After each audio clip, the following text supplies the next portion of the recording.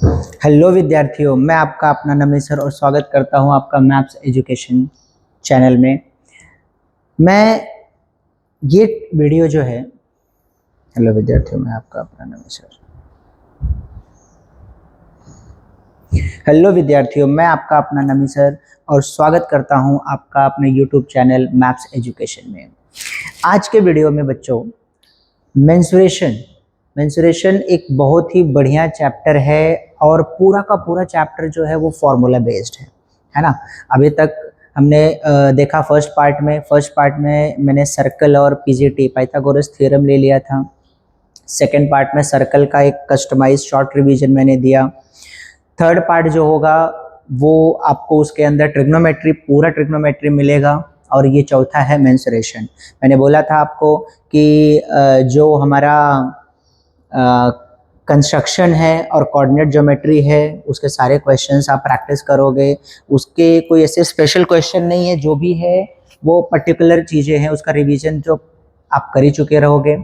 ये जो चैप्टर्स मैंने लिए हैं यहाँ पे, ये वो चैप्टर्स है जिसमें थोड़े से शॉर्ट रिवीजन की ज़रूरत होती है। हाँ, कुछ कॉन्सेप्ट मुझे पता चल जाए।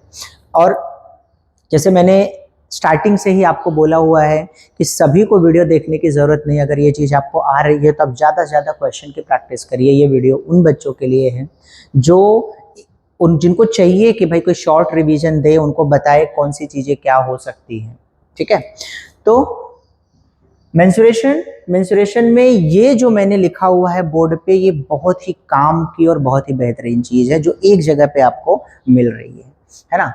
अब पहला देखो, यहाँ पे फॉर्मूले क्यूबॉइड है, देन क्यूब है ना। ये फॉर्मूले देखो, डायगोनल कभी कभी आता है, मैंने डायगोनल का भी यहाँ पे लिख दिया हुआ है। इन दोनों के लिखा, डायगोनल के भी फॉर्मूले यहाँ पे लिख दिए हुए हैं। सिलेंडर, कोन, स्फीयर, फ्रस्टम, उसके बाद आता है area of sector, arc length. Area of sector के दो फॉर्मूले हैं, और एरिया ऑफ सेगमेंट। बच्चों, जिसमें ये एरिया ऑफ सेगमेंट वाला जो पार्ट है ये काफ़ी ज़्यादा इंपॉर्टेंट है, बहुत ज़्यादा इंपॉर्टेंट है। तो अगर इस चैप्टर को पढ़ाया जाए, इस चैप्टर के क्वेश्चन सॉल्व कराया जाए तो समय खत्म ही ना हो, है ना। करते जाएं करते जाएं करते जाएं करते जाएं।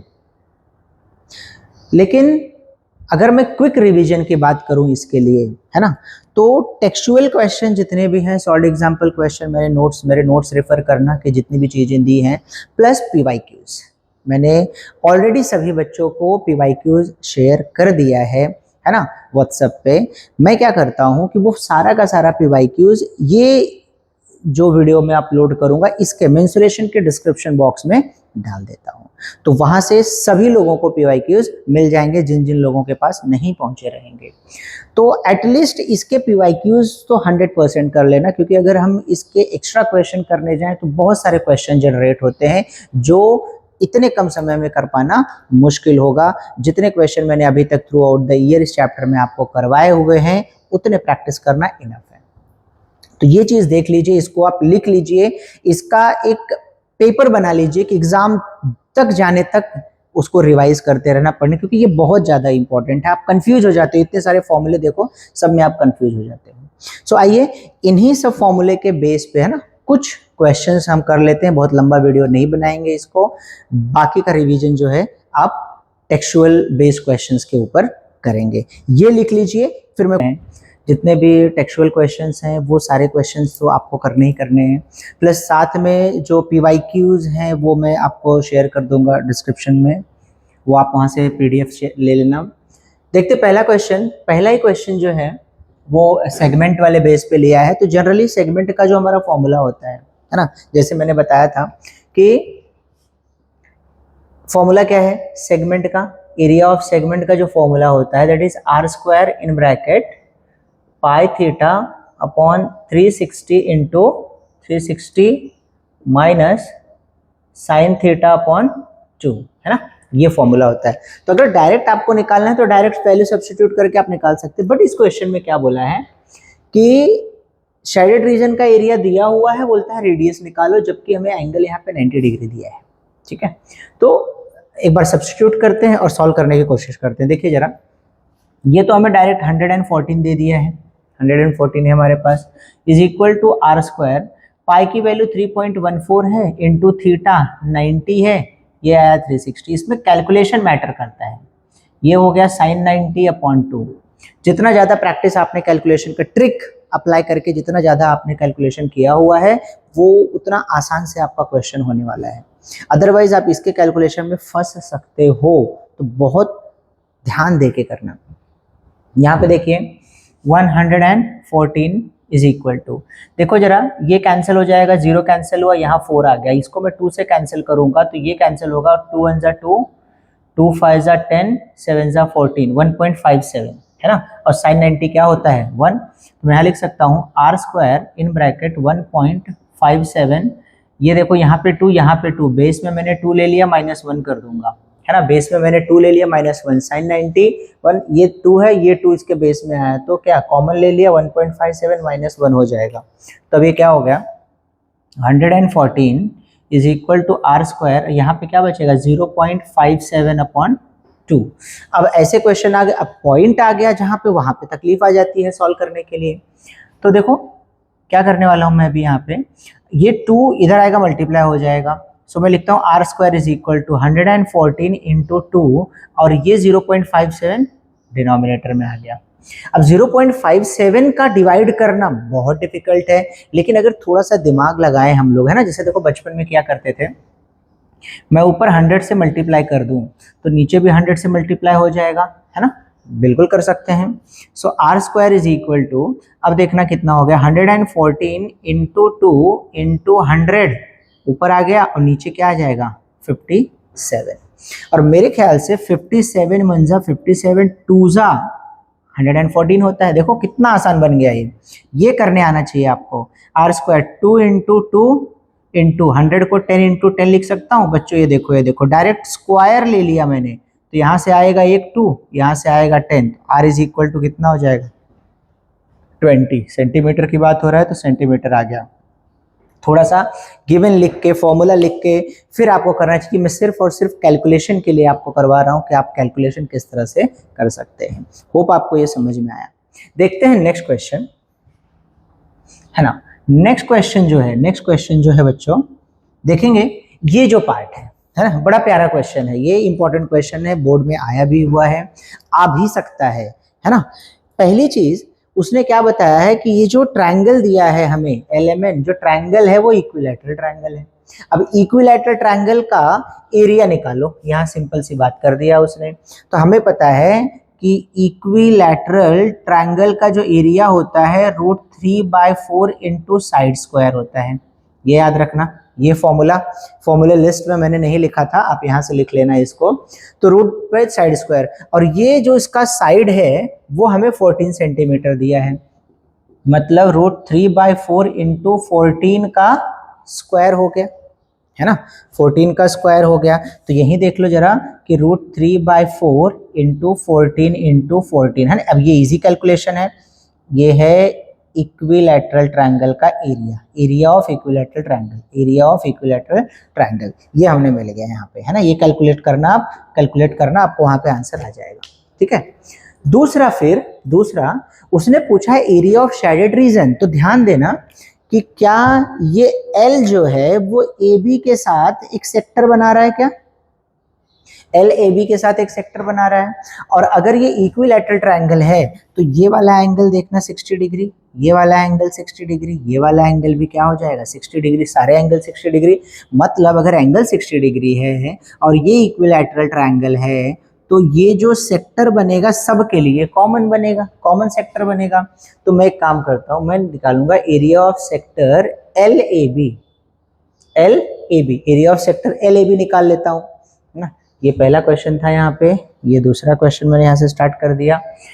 तो फॉर्मूला क्या होता है बेटा उसका कि θ/360 इंटू πr²। ओके, तो देखो अभी थीटा कितना है 60 डिग्री, देखो थीटा 60 डिग्री सबके लिए वही रहेगा, 60/360 इंटू 3.14 इंटू आर की वैल्यू है क्या मेरे पास, देखो 7 सेंटीमीटर, आर भी हमें दिया है विच इज 7 सेंटीमीटर, 7 इंटू 7, ये देखिए। और पाई की वैल्यू 3.14 ले लेते हैं, ठीक है। या 22/7 भी अगर नहीं दिया है तो 22/7 ले लेना, है ना, और अगर दिया हुआ है तो 3.14 ले सकते हैं। मैं 22/7 ले लूँ क्या, 22/7 ले लूँ, नहीं दिया है तो 22/7 ले लो। एक 7 यहाँ से कैंसिल हो गया, 0 0 कैंसिल हो गया और ये 6 आ गया, क्या आ गया 1/6 इंटू 22 इंटू 7 बराबर, तो ये कैंसिल हो गया, 2 3 जा 11 जा, तो क्या आया 11/77, 11/77 1177 सॉरी बेटा 77 है ना, 11 7 जा 77/3, ये मुझे मिल गया सेक्टर 1। मान लेते हैं मैंने इसको बोल दिया A1 है ना, इसका सेक्टर 1 मिल गया हमें, A1 मिल गया, A1 मिल गया 77। अब ध्यान देना जितना ये है उतना ही ये है और उतना ही ये भी होगा, तो मैं क्या करूंगा कंबाइन तीनों का, A1 मान लो, ये A2 हो गया, ये A3 हो गया है ना, सो कंबाइंड एरिया निकाल लेता हूं मैं, कंबाइंड एरिया ऑफ सेक्टर निकाल देता हूं, कंबाइंड एरिया ऑफ सेक्टर अगर मैं निकालने जाऊं तो कोई दिक्कत नहीं, 3 इंटू 77/3 करना पड़ेगा, 3 3 कैंसिल हो जाएगा तो कितना आएगा 77 आ जाएगा।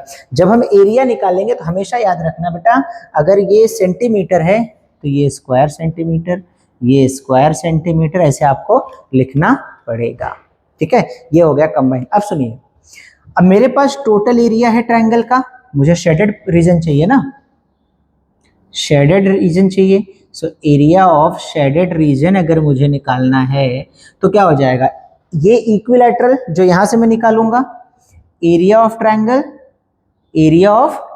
इक्विलैटरल ट्रायंगल जो यहां से आपको मिला, उसमें ये कंबाइंड रीजन, मतलब ये जो 77 है इसको माइनस कर दीजिए, आपको आंसर मिल जाएगा, इसको माइनस कर देंगे आपको आंसर मिल जाएगा, ठीक है। अब इसका आंसर आप कमेंट करेंगे इसको होमवर्क में। ये क्यों छोड़ो, ताकि आप प्रैक्टिस करो, देख के काम नहीं होगा, ये देखोगे तो देख के समझ में नहीं आएगा। अब बच्चों ये जो तीसरा क्वेश्चन है ना, तीसरा क्वेश्चन ये भी इंपॉर्टेंट माना गया है क्वेश्चन, देखना इसमें दो अलग अलग फॉर्मूले यहाँ पे लगने वाले हैं। पहले क्वेश्चन को समझते हैं। क्वेश्चन का कहना है कि मेटल स्फीयर डायमीटर 2 सेंटीमीटर। अच्छा, मेटल स्फीयर डायमीटर अगर 2 सेंटीमीटर है तो रेडियस कितना हो गया, 1 सेंटीमीटर हो गया, बढ़िया।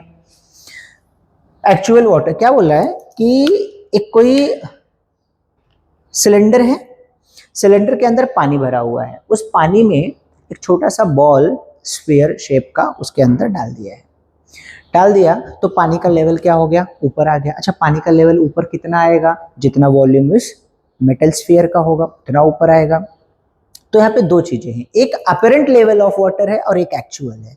तो अभी यहाँ पे अपरेंट का हाइट दिया है, हाइट 30 सेंटीमीटर अपरेंट का दिया है, और सिलेंडर का जो डायमीटर दिया है दैट इज 14, तो रेडियस कितना हो जाएगा 7 सेंटीमीटर।